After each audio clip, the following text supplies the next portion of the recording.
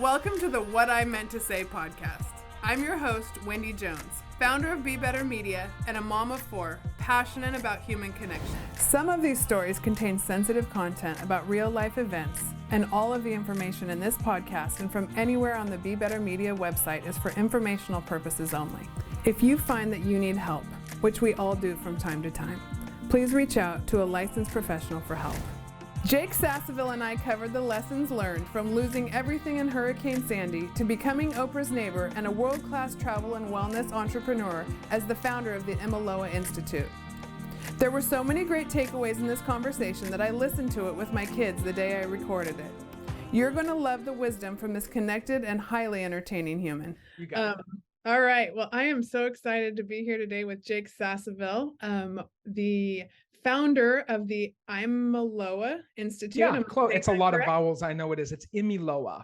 Imiloa Institute in Costa Rica. And we found each other on Podmatch. So I was really excited to talk to you because your resilience story that came through in your bio was just what I am all about. And I'm so fascinated by the human spirit and how we come through hard things to create strength in ourselves. So thank you so much for joining me today. Thank you, Wendy Jones. And I think what really stood out to us is this idea of Be Better. It's less of a name of a podcast and more of a calling. And so even though I don't consider myself a strong athlete in the some part, from a mind perspective, I think that there are a lot of shared attributes. So I'm looking forward to getting into it today. Yeah, absolutely. And I'm a big fan of the game of life. So whether you're an athlete or you are an athlete in the game of life, I think that mindset and resilience and the lessons that we learn, they really come across. And in your story, I can't wait to get into it, just seeing how the things we go through and what we can turn them into when we're really willing to look inward and see what, difficult things or challenges are trying to teach us. And so that came through a lot in your story. And why don't we just dig in? Tell me a little bit about your early life. It feels like all I was saying is what you were saying earlier. It feels odd that the world has kind of gone through this whole reckoning over the last, whatever it is, several years. And yet many people, I feel like I'm a little bit in an echo chamber with people like you. Many people are not going inward and actually looking at what caused their experience with certain things and what part they played in it. And yet that is again and again the key that I have found that unlocks the key to self-development, self-awareness. But yeah, it's like people are still going outward. They're still looking outward, and it's bizarre to me. So I think your question was where it all began. Yes, absolutely. Oh my God. Is it really? Oh, yes, it is. Just give me I had two parents named Steve and Doris, and they were hanging out once in my grandma's basement. Let's be honest, Valentine's Day, 1985. And 9 months later, on November 30th, here I am, Wendy Jones. Yeah, I would say, really though, where should I begin? Like at the earliest? No, honestly, early life, maybe your parents' perspectives on challenge and growth, and then maybe how you've, when you got to the hardest point in your life. Yeah. In my 20s, I started to look at how profoundly human our parents actually are. And I didn't realize that would continue long into my 30s. I think that my parents, I grew up in Maine. I grew up in a small mill town. My parents they were divorced. They probably each made 20 grand a year. I went to private school, but that's only because my father talked with the priest and got us a scholarship, me and my little brother. We never noticed what we didn't have. Only when we really started going to this private school with other rich people did we realize, oh, wait a minute, we don't drive around in a BMW. We drive around in a Pontiac Le Mans. I don't know if you know what a Pontiac Le Mans is, but it's like 1993. Anyways, childhood. But what I witnessed in growing up is my parents having a lot of challenges. They're divorced, not anything uncommon, but even deeper than that, I witnessed two people who, despite their best efforts, did not know how to deal with a lot of what came their way. Mm-hmm. And I think that set off for me, since you started there, by the way, what a great place to start off in a conversation. What that lit off for me was a desire to learn how to deal with challenges. I didn't know in the mind of a kid or even a teen that there was like mindsets to dealing with challenges and you could manage your state. But I just saw what was happening to my parents and it was literally wrecking them, you know, whether it was financially or my dad was diagnosed with Parkinson's when he was 39. My brother was diagnosed with cancer 2 years later. So it's like, and he ended up dying from leukemia, my 13-year-old brother. So, I mean, literally, I know that kind of like stops people because it's a lot all at once. And then here's me. At that point, I was 400 pounds doing magic on a stage. I was a magician just trying to like escape from my life and what it was.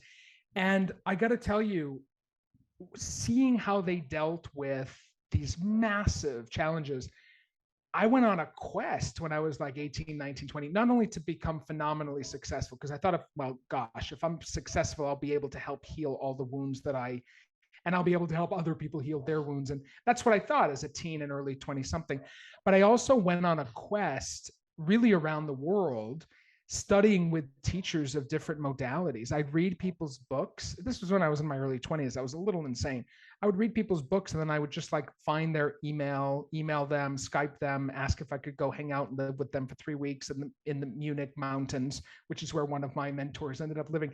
Literally had no previous contact with this individual. So I was on a quest from an early age to figure out not how to remove myself from life's challenges. Those seemed to be inevitable as I got into my 20s, but rather how to deal with them maybe just a little bit better than my mom and dad did, which wasn't so, it's a lot of denial and a lot of, I mean, obviously my dad like had Parkinson's. Like if you look at the emotionality of that, it's a thing, Yeah. Oh, I am such a believer in the way that our physical body manifests. I don't know if you've ever read The Body Keeps the Score, but there's so many things out there now about, how, cellular health is completely related to our mental health.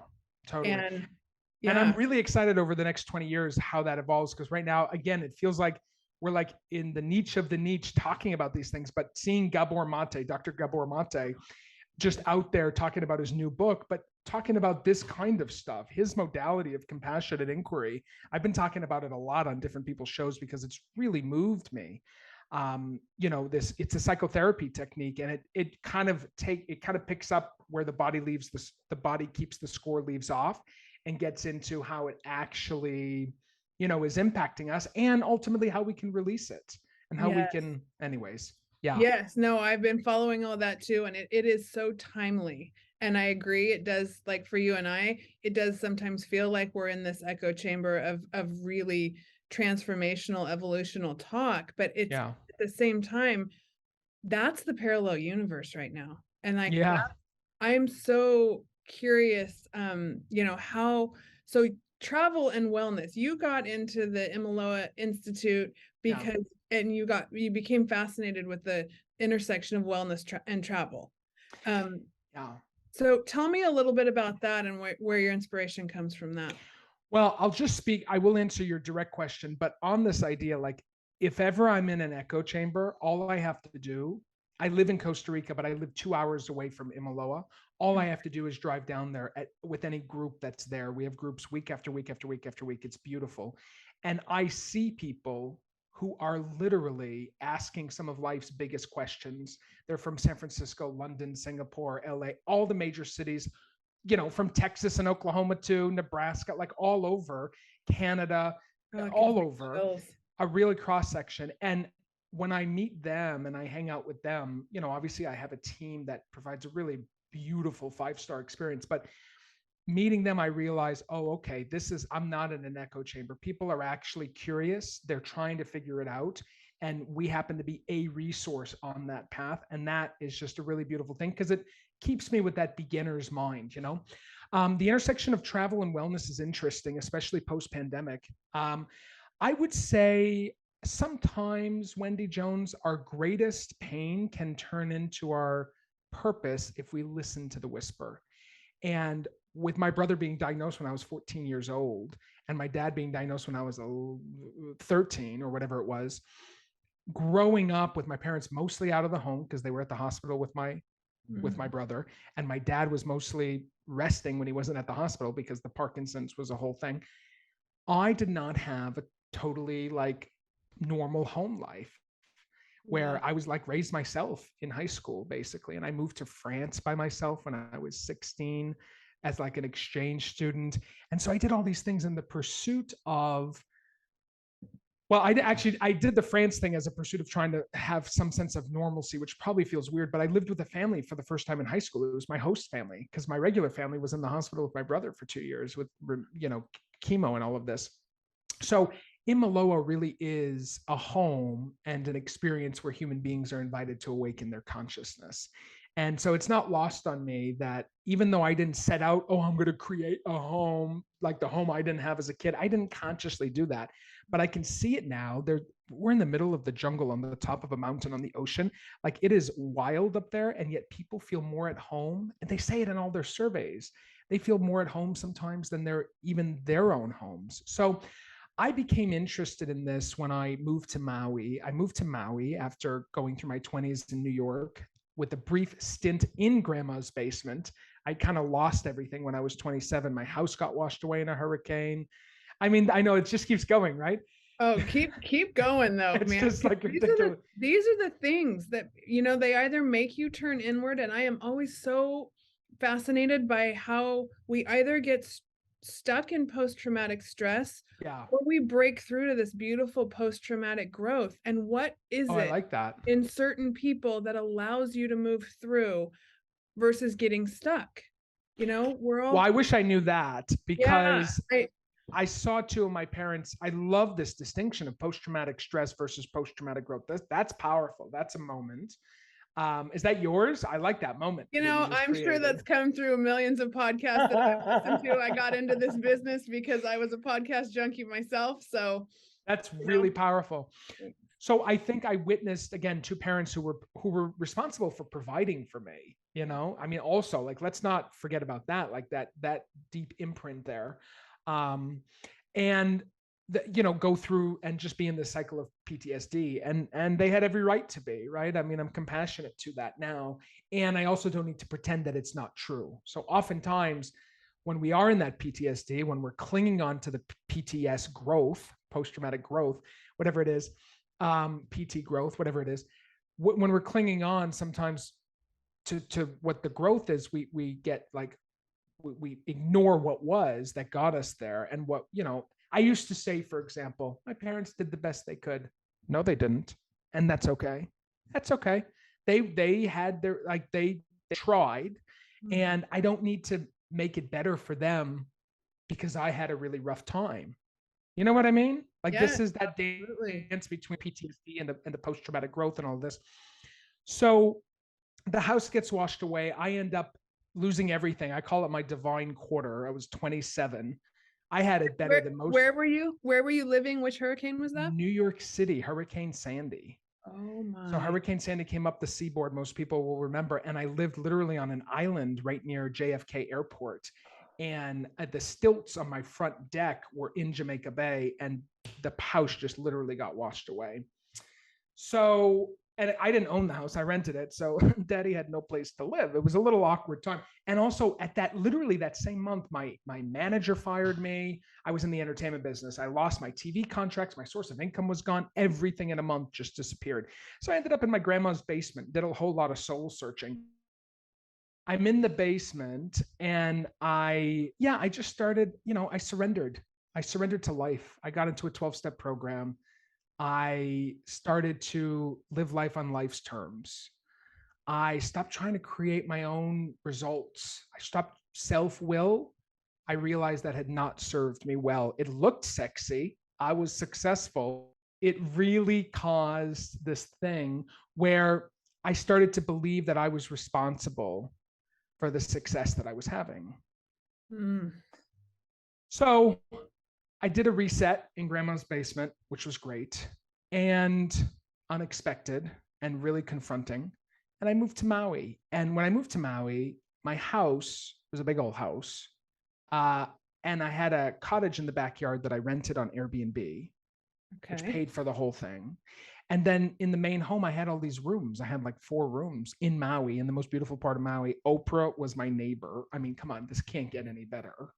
Holy cow. Okay. And I mean, I got to know a little bit more about how you found this. Like, what is that transition from a basement to being Oprah's neighbor? Like, Let me just say, how does that work? August 25th, 2015 is a day that I'll never forget, because I literally went from Lewiston, Maine, the mill town that I grew up in. And the next day I woke up at my new home that I started renting, and I see Oprah and Gail on their little 4x4 doom buggy. And I'm like, excuse me, what is Oprah, the woman who raised me as a child? What is she doing across the street from my new house? It's like, this is not normal.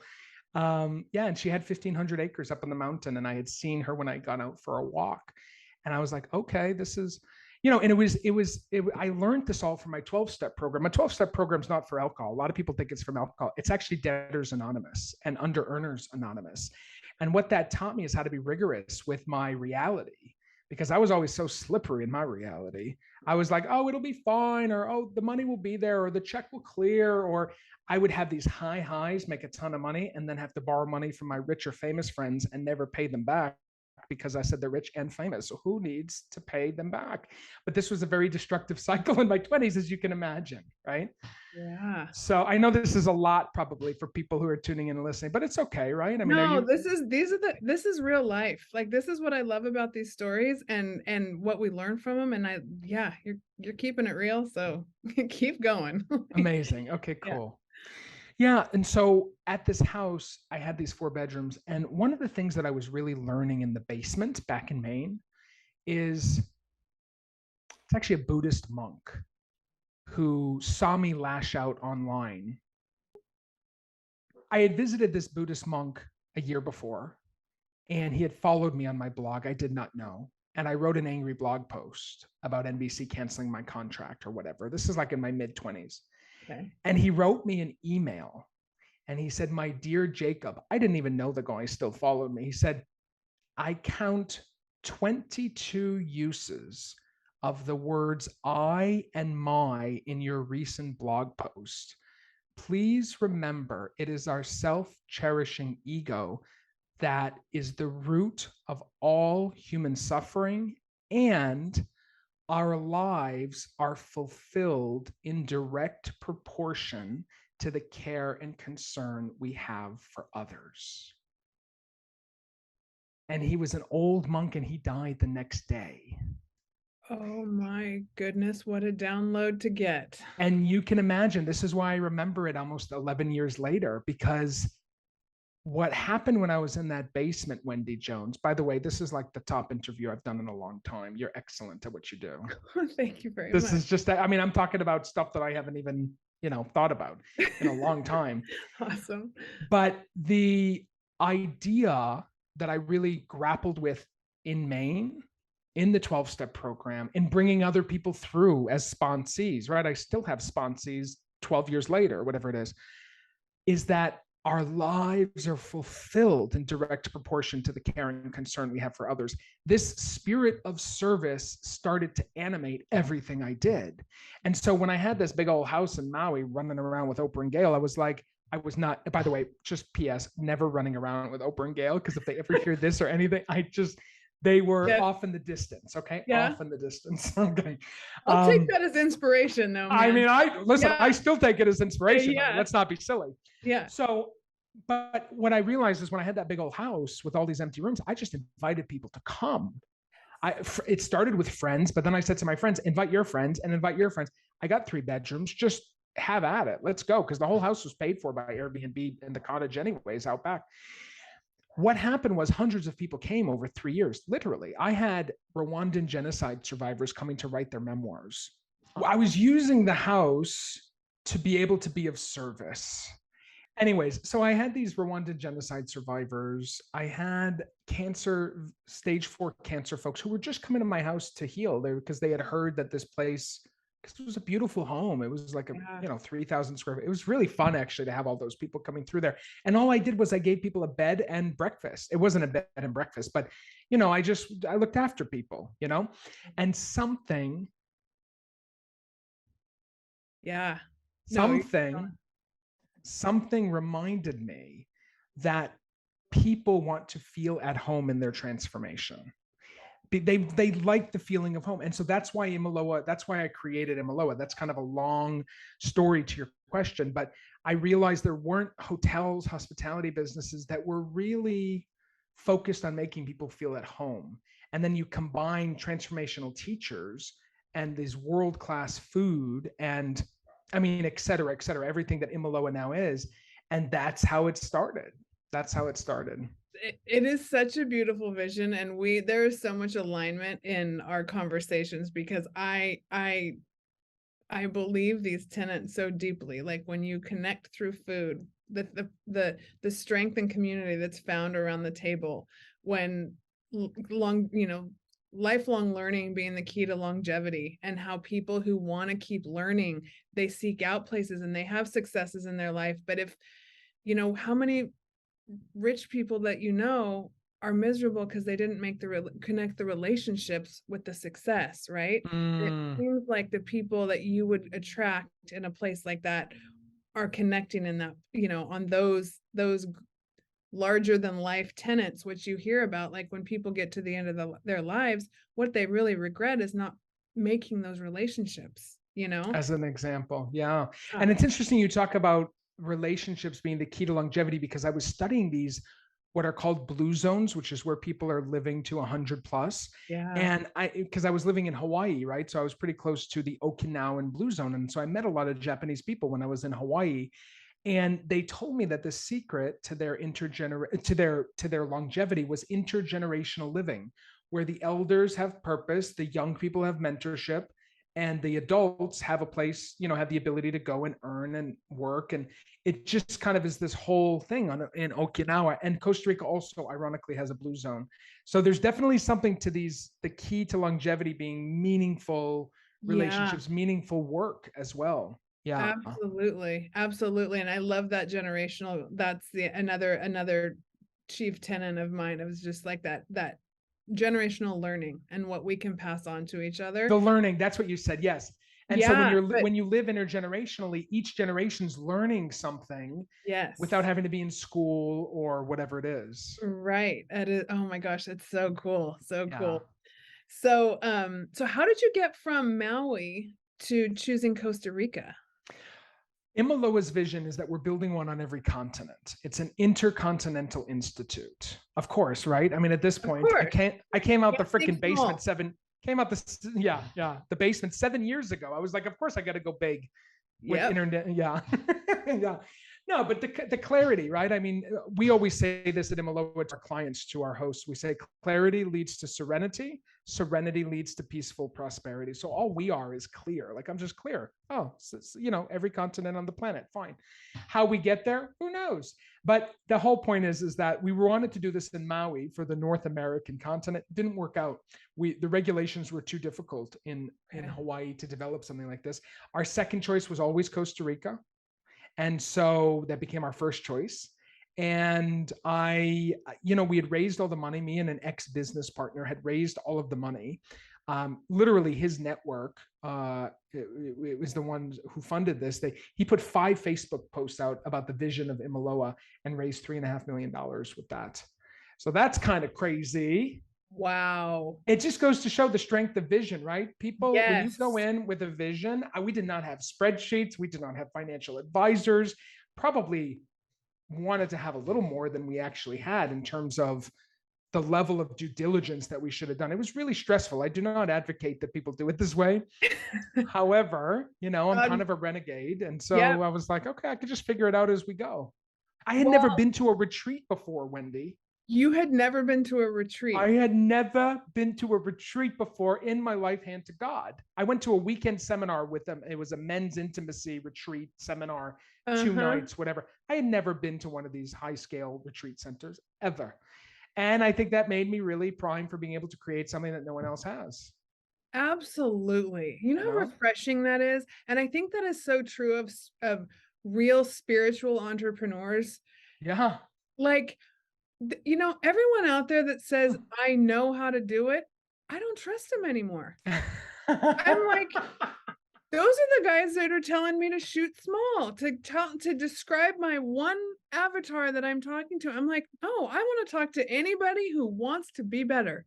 Yes. in any way. And then I'm going to go out and find those people because I knew I was crossing them every day in my life, from the guy at the coffee shop to the, world famous athlete that you pass on the street. Like Well, it and doesn't, why, and, there's not a prescription. and why this works for you, I think, is because why this works for you is because of that old quote. And I don't know who it was. Maybe it was Maya Angelou. When you know better, you do better. And so by educating people on your podcast, you're inviting them to be different, essentially be better. Because when you know more, but you're inviting them through stimulating knowledge and their heart, like you're actually living that quote in like real life. That's why it First works. of all, she is one of my top, probably my top spiritual guidance, just download, best writer ever. The first piece of art that I bought in my own home after my divorce was a Maya Angelou quote about how to treat people. People never forget how you treat them. Oh yeah, they'll forget what you said, they'll forget what you did, but they'll never forget how they felt or how you caused them to feel. Yes. So that one's I like that. That's wall. A good post-divorce glow. Oh gosh, yes. And you know how she used to, do you know how she used to write her books? Yeah. So the way she wrote her books was she was so busy during the day raising her kids and whatever was going on with her husband. I don't know all the details, but she would take her typewriter and she would go rent a little seedy 25-cent night hotel. And she would write all night at her typewriter overnight at the hotel because it's the only time that she could have peace and quiet in her life. And that's how she wrote her first several books. She's amazing. I love her. I love that you her story honestly just gives me so much hope that when you look at where people can actually get, when you realize that woman came across America on a train to Arkansas when she was 3 years old with her 5-year-old brother watching her. You better preach. Yeah, come on. Like, you better preach. Anything's possible. Anything's Wendy possible. Jones, look at you. Look at you beaming, talking about Maya Angelou. Look at us. Nothing more inspiring than that woman. So I am so excited that you brought up her name because I love that. Yeah, absolutely. So tell me more about when you say because this was the line on your bio. Having been through what you've been through, what were the most where is this? You said, okay, this was it. If we listen to our greatest pain in life, it can be transformed into purpose. What do we have to do to achieve that? Well, here's the thing. I had a basement in 2 years where I got to get real quiet. We have to, the discipline of success, the discipline even of, not even success, the discipline of creating success in one's life monetarily, even the discipline of what it takes to rebound. In the US, we often, at least I wasn't taught how to be successful. I was taught how to recover from failure, but I wasn't actually taught how to stand in my own light, to be a little woo-woo about it. And so I think the same discipline ultimately that I've used to create interesting stuff is the same discipline that I needed to deploy to quiet my mind. And interesting. As I quieted my mind, I started to hear life's whispers. I won't say that Imiloa was a download. I really can't stand people who get a little woo and say, I'm getting a download, and then their eyes start blinking and then they start twitching. I'm like, just settle down. You're having an inspirational idea and we all have them. You are not unique. Exactly. No. Okay. Yeah, absolutely. I get really kind of like, I'm like, okay, just calm down. It's going to be fine. But definitely, like, there is wisdom, like what those people are saying, there is wisdom in what they're saying. They're just using it to rev their own ego. The wisdom is just to slow down and listen.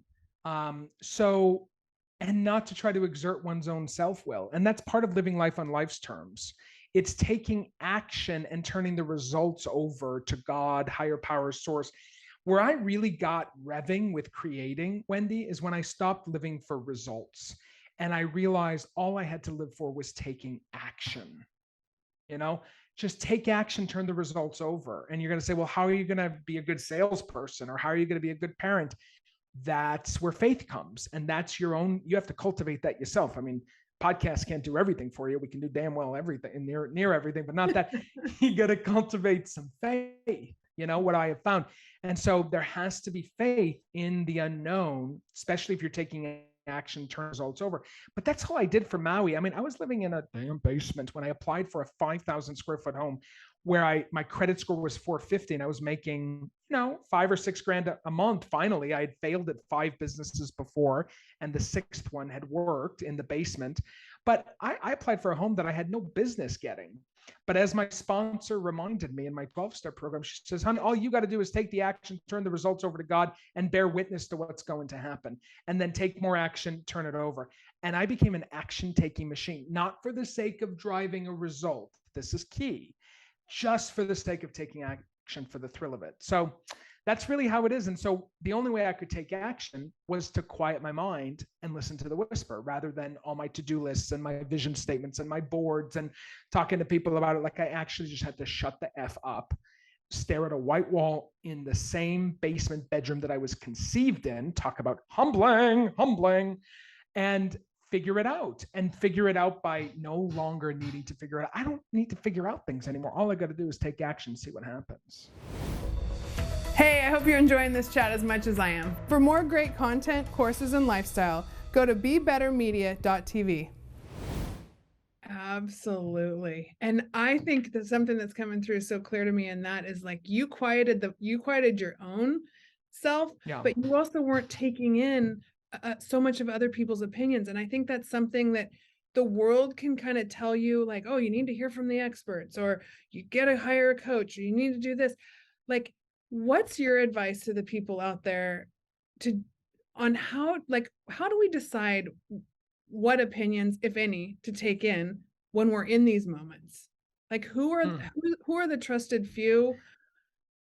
I mean, I used to go through, honestly, podcasts. This is the reason why I love podcasts so much. I did 300 episodes of my own, and I'm starting it up again. And I love being on podcasts like these, because podcasts are what got me through, because I could put my earbuds in and I could choose. This was back in 2013, in the middle of winter in Maine, when I would go on these 2-hour winter hikes with snow up to my knees. I was just devastated. Life was just devastating to me. And I had to move, because I had to move through it. And so I would move through it and I would listen to podcasts. And the reason why I liked it is because it was a one-way channel of advice, and I could kind of curate it based on who I thought would be on these different shows. I wasn't listening to many shows. There weren't many in 2013. One thing that I've come to believe again and again, especially when you're in a crisis or when you don't know the way out, I remember that the quality of our questions determines the quality of our life. The quality of the questions we ask determine the quality of our life that we live. And so for me, it's not about who do I turn to, who are the trusted few. It's about what are the questions that I'm asking myself, because the questions I ask myself can cause mental illness if I'm not careful. Like, if I ask myself the wrong questions, I will actually put myself into a depressed state real fast. And if I ask myself certain questions, I can actually get myself into a heightened state real fast.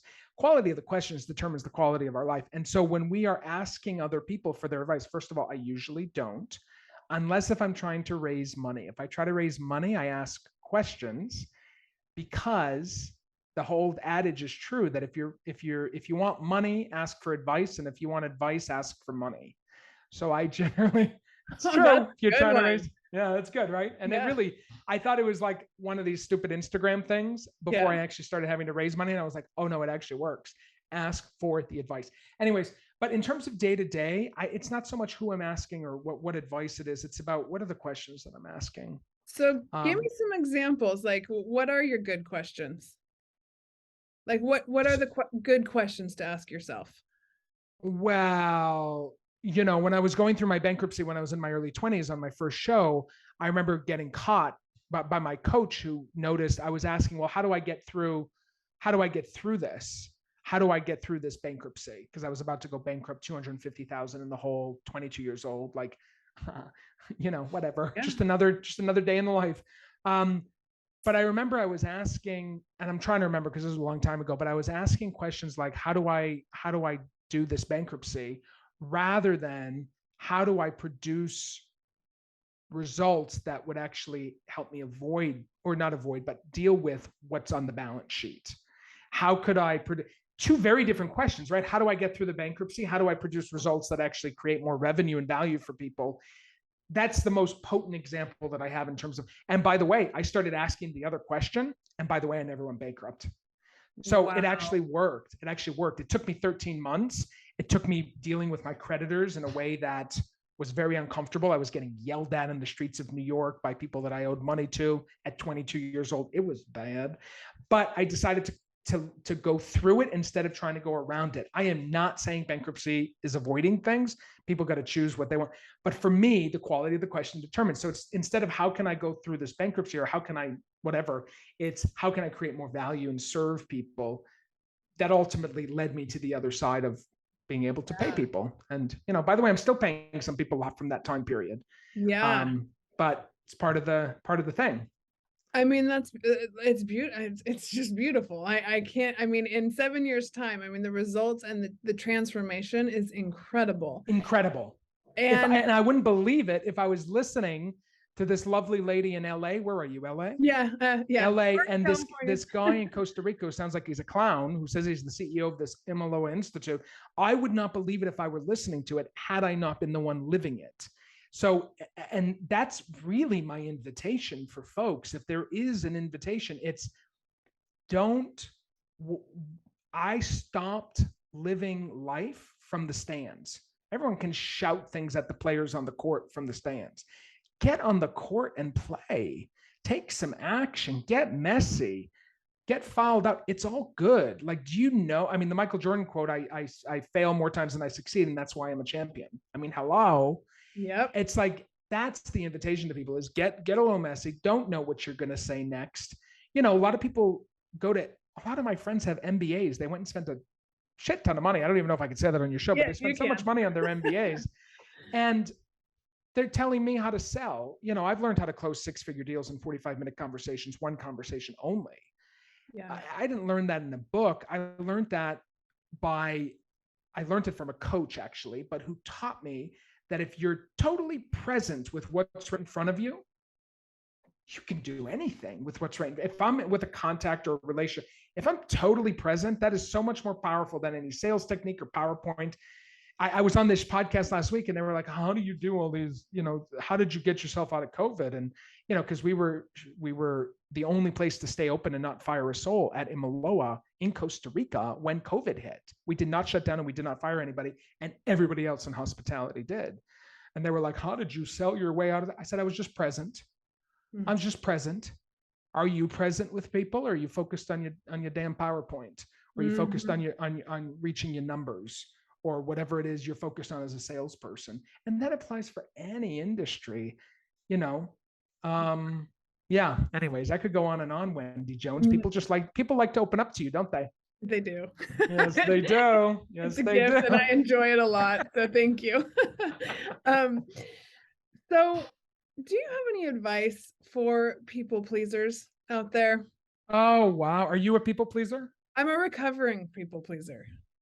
And I hear some messages coming through for you and the things that you're saying, because, being of service to others, I wholeheartedly agree with you. And I know that self-growth is nothing if we're not using it to help other people. I know, like, in itself, it is just. But there's a difference between that and people pleasing. Amen. So can you help me with that distinction? So I can try. And again, I'm just being present with what's right in front of me. So people got to take what they like and leave the rest, right? And I love questions that I never really talk about, because it gets me going into a whole different area. What is at the core? And this is kind of rhetorical, but if you want to engage in the conversation, we can. What's at the core of people pleasing? The first thing that I come up with, and we can go down this trail, is it's not what you think. It's a level of vagueness around what one's needs actually are. Because if you're clear on your needs, if you're clear on your needs, then I'm not sure you're trying to and please others. But when we're vague, oftentimes, and this is where I think people pleasing may be a slippery slope, because we can learn at an early age when we are aiming to please, when we can be in turn vague about our own needs. Oftentimes the person in a relationship who's the most vague has the most control. Absolutely. Yeah, because if you're like, hey, you want to hang out tonight? And I'm like, yeah, maybe. Who has the control, Wendy Jones? It's not you. Yeah, it's me. I'm going like this. Yeah, like what time? Do they want to hang out? Do they? Yeah. What's going on? Yeah. So if we're vague, then we have the most control. So I think people pleasing is actually a cry for, it's actually a control issue. And I'm not sure what to advise people on. Yeah. I just think that I always try to move people out of the vagueness, whether it's my team. I don't really care whether you produce results or not on my team. I mean, I do. You're not going to have a job if you don't. Right. But at the vagueness is toxic. And I think in people pleasing, if people pleasers can get clear on what their needs actually are, I think the people pleasing just gets solved indirectly. What do you think about that as a recovering people pleaser? That is like such an insightful answer. And it's not one I've heard out there. Yeah. And I do a lot of reading up on, like how to be recovering people pleaser. Like, and I mean, I do think that there's self-worth at the base of that, where I think our self-worth comes into it, like it does in so many other, compensating patterns that we might have. But that essence of the vagueness versus being super clear, that's a distinction I have not heard before, and that's something really good. Yeah, I might have to play with that myself. Absolutely. So I was in Costa Rica for the first time this past summer. My first trip with my kids in July, and completely blown away. Since I've been back, I'm like, I know I need to see lots of places in the world, and I've traveled quite a bit. Literally my favorite, there is something about the feeling, the talk about being present, the quiet. It's a magical, mystical place. And had you experienced that? So, because let's go back. So when you ended up in Costa Rica instead of Maui, had you experienced that before, or is that something new when you got there? I had been to Costa Rica once. I was a freshman in college. It was 2004. I was supposed to come down here with Nikki Ducharme, who canceled on me 2 days before. Nikki, honestly, for heaven's sakes. But yeah, so I came by it ended up being a solo trip. Which Costa Rica was not nearly as developed in 2004 as it is now. And it was pretty magical. I did not recognize the magic until I got here and started cultivating what we're cultivating, though. Like it's unspeakable. And I never thought I'd leave the island of Maui. I mean, talk about paradise. I thought it was my home forever. And it was really hard for me to get used to life down here. But now, because it's a combination of the land and the feeling, but also the people. I mean, everyone's going around greeting each other with pura vida, which means pure life. So imagine saying hello and goodbye, but instead of saying hello, goodbye, you say pure life, pure life. I mean, it's a bit of a fairy tale in that way. And it has its challenges, of course, when you live here. Like, people think it's paradise all the time. And it's not. Amazon doesn't come to my house. I need to wait 3 weeks for my Amazon order on a ship. Okay.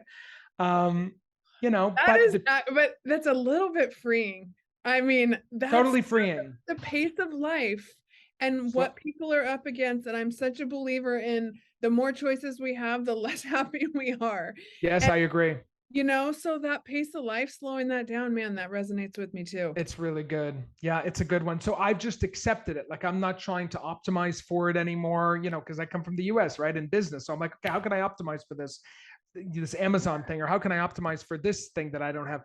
And it's like, no, actually, it's about acceptance. Acceptance is the key to all of my problems today. It's about acceptance. So I just accept what I can't change, and really, frankly, what I don't want to change. And because the trade-off, let me tell you something, being down here during the pandemic was a godsend for me, because we're all open air.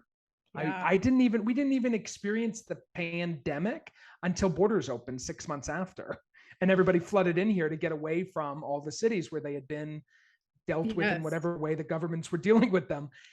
Down here, it was like we're in our own little weird bubble. So I'm very grateful to be here. I feel like it has what the jungle in nature does, though, if you stay here long enough, Wendy Jones, is it forces you to look at yourself and look at the things that you've been unwilling to look at. And that's been the hardest and most rewarding part about living in Costa Rica. Yeah, well, I think that's so hard for most people. And I honestly believe, and one of my quotes is that the greatest gift we can give to the next generation is our own self-awareness. And that concept of being able to sit with yourself and ask those questions of yourself that you're talking about and wrestle with your own demons. And I'm telling my kids this all the time. I'm like, judgment, comparing yourself to someone else, looking for what they're doing wrong, it's going to get you nowhere. Like, you have got to look at ourselves and we see what is the best version of me I can become. I'm a swimmer. I'm like, look at your own black line. What you focus on grows. All of this stuff is true. And you see it in the most successful, and I don't mean famous, I mean truly fulfilled people who get it.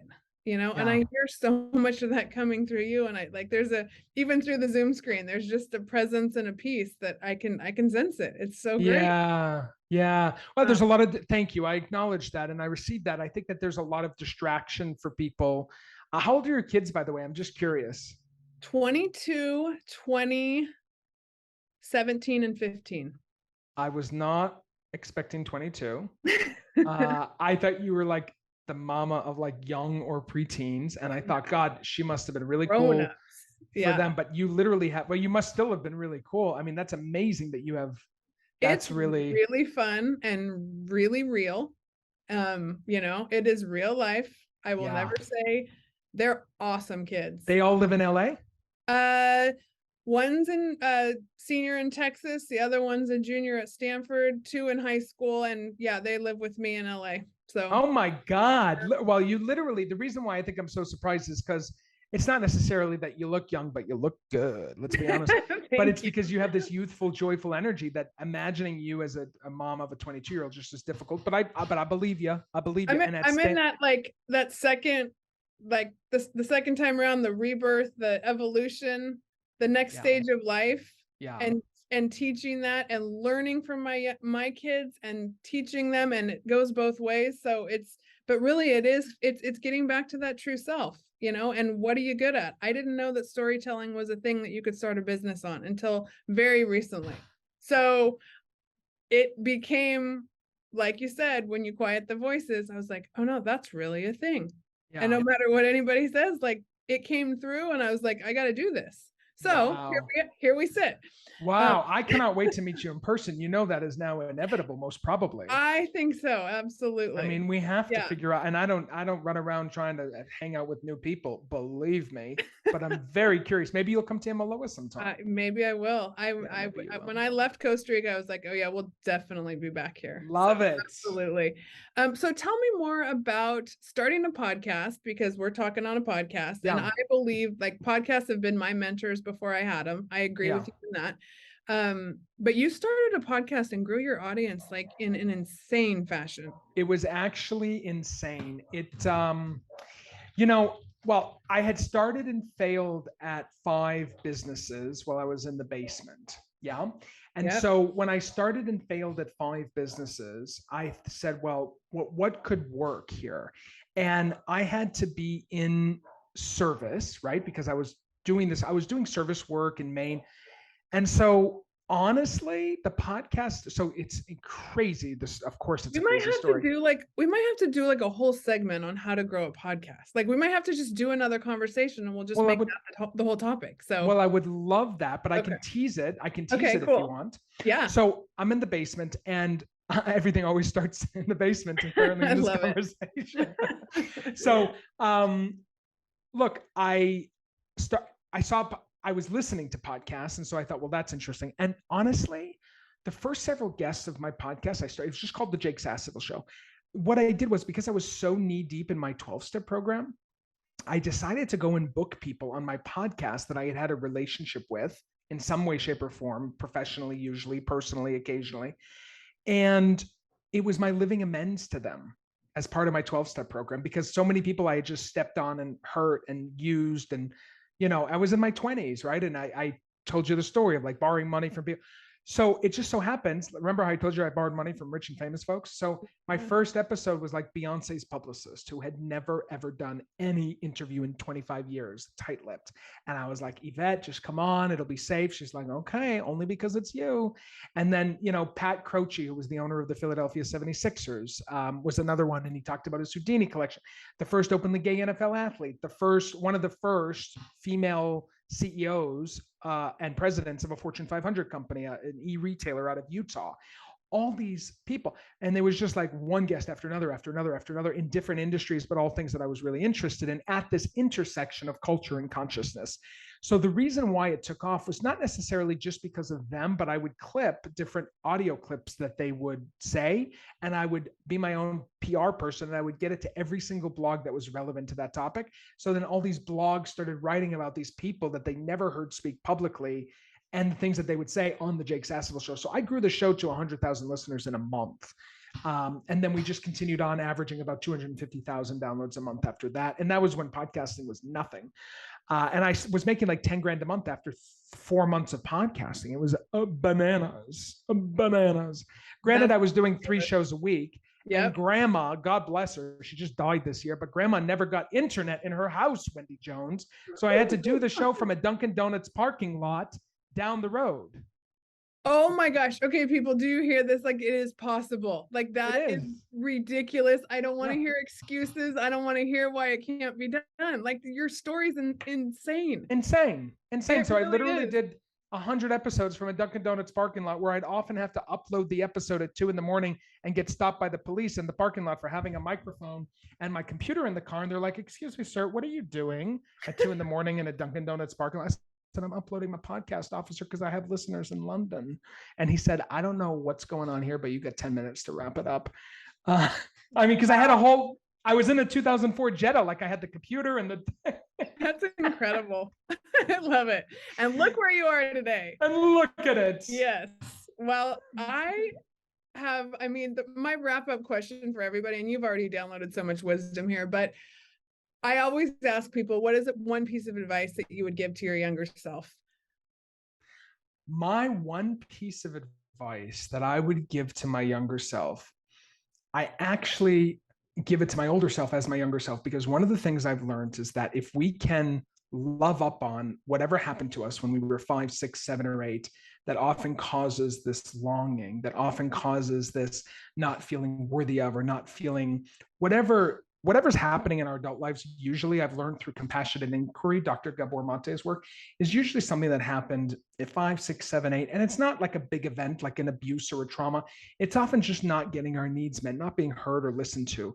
And so my advice is a little different, of course, but it's actually, as an adult, in my case, a 36-year-old, to reparent and reaffirm that 8-year-old, that 7-year-old, and to be able to be fully present with him or her, because that ultimately is the real healing. You're not going to get healing necessarily with the plant medicine, or even coming to a retreat, or looking at a toucan. It's part of it, but it's really, can I be gentle? Can I affirm the 5, 6, 7, 8-year-old that went through so much, and we've spent the rest of our lives trying to deal with it. And that for me that's softening the edges. That's allowing me to do the real healing work. And so that's what I would say. Oh my goodness. Well, your insight is so beautiful, and I'm so glad that we did this. Thank God for Podmatch, and I'm glad I found you, because this is the beginning of more conversation. I can feel it. I hope so, Wendy Jones. I enjoy you thoroughly. So yes, this was tons of fun. I want you to tell people where they can find you, and we'll make sure it gets in the show notes. Yeah. So you can contact me personally at Jake Sasseville on any of the socials, and at Imiloa Institute, IMILOA, if you are looking for something in your life, wanting to come to the Costa Rican jungle. And if you use code word Jake on any retreat, you actually get $350 off any ticket you buy, just because you listen to Wendy Jones. So Beautiful. If you use code word Jake, then you can get $350 off any retreat at Imiloa. Awesome. Well, I look forward to doing one of those someday. And yeah, Good. absolutely. We will meet in person. I can feel it. And this has been awesome. Thank you so much for the time and for this conversation. It's a pleasure. Thank you, Wendy Jones. Thank you. We'll talk. Bye. Bye. Thank you so much for listening to What I Meant to Say. If you enjoyed this conversation, you know what to do. Subscribe, rate, review. And for more great content, courses, and lifestyle, go to BeBetterMedia.tv.